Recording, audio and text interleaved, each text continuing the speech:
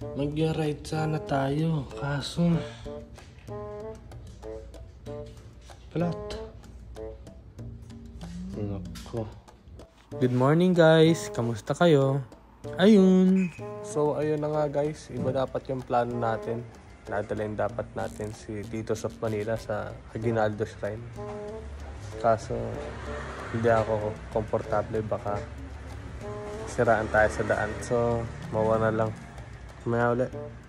Ayun guys, nakarating naman tayo ng buo.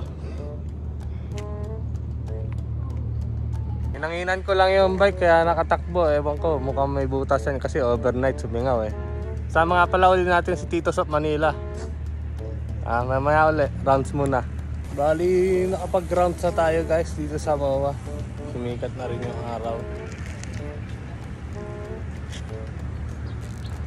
Kaso, bad news.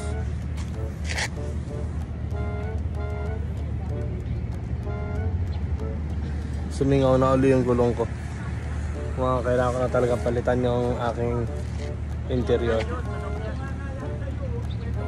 At ayun na nga, natuluyan na yung gulong ko. Hindi ko na ipapatch kit ito. Kakainin ng oras namin kapag pinatch ko pa ito. Imbis na mag-rounds kami. Buti na lang may dala akong interior na extra. Nagbunga din ang pagdadala ko ng bag. Nakaka-bad trip yung ganun. Kamuntik na nga akong tamarin umalis kaninang umaga eh. Yung kakagamit mo lang kahapon, tapos kinabukasan paggising mo, may lakad ka, flat. My goodness. Umay ka talaga dun. Tapos magpapalit-palit ka pa ng gulong ngayon. Eh hindi ko pa nalinis yung drive terrain ko. Eh di gusgusin na naman ako. Okay na guys, pwede na ako umuwi.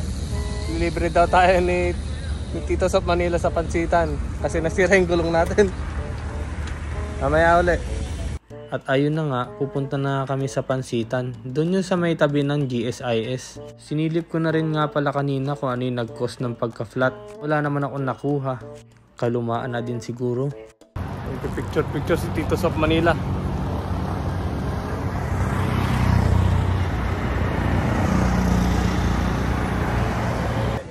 Dito nga pala tayo sa Pansitan. Dito sa may GSIS. Kaso wala pang pansit eh. Puupo lang muna tayo. Ayan, maraming mga siklista rin dito. Tumatambay. Kakape. Tinatanapay. Pansit sana kaso walang pansit. Bali ito nga yung Pansitan. Paninda rin pala mga gamit pang bike dito. May bike stand. Kaya ulit, punta pala kami ng Binondo. Bibili lang kaming bitso-bitso. Gagawin ko na lang ng separate video. Ayun lang, bye bye!